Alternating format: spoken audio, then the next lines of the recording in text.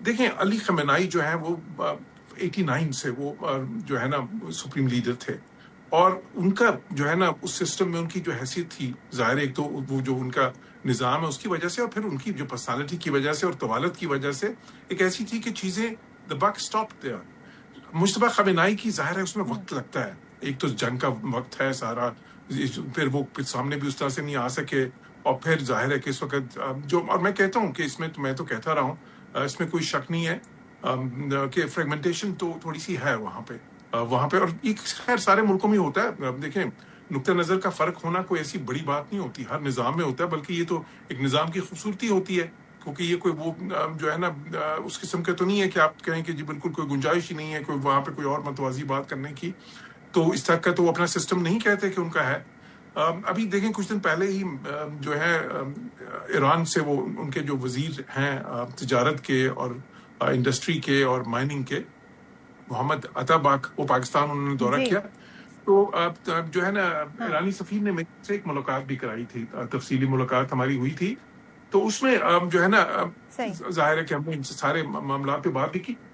اس میں جو اہم چیز دیکھیں، ایران میں ابھی بھی بہت سی سین آوازیں ہیں، بہت سی ماڈریٹ آوازیں ہیں، اور یہ بہت عام ہے کہ وہ ماڈریٹ آوازیں کریں، اور اگر مجتبیٰ خامنائی جو ہے بالکل سامنے آتے ہیں واضح طور پہ، اور پھر یہ کہ واضح طور پہ ایک پوزیشن لیتے ہیں، اور مجھے امید ہے کہ اور میری تو امید یہی ہوگی کہ وہ ایک ماڈریٹ ایسی پوزیشن لیں گے۔ آپ کہتے ہیں بڑی امپورٹنس ہے وہ جب سامنے، تو اس کا امپیکٹ ہوگا، ڈیفینیٹلی ہوگا۔ تھینک یو سو مچ جوہر صاحب، تھینک یو سو مچ زاہد صاحب ہمارے ساتھ تھے، سارے سینیریو پر بات کر رہے تھے۔ لیٹس سی کہ اب یہ معاملہ کیسے آگے بڑھتا ہے، اور ظاہر ہے وار ٹائم کی ہر اسٹریٹجی بڑا میٹر کرتی ہے، ایران کس طرح آگے بڑھ رہا ہے وہ سب کے سامنے، اور امریکہ کو اب تک پش بیک کیا ہوا ہے۔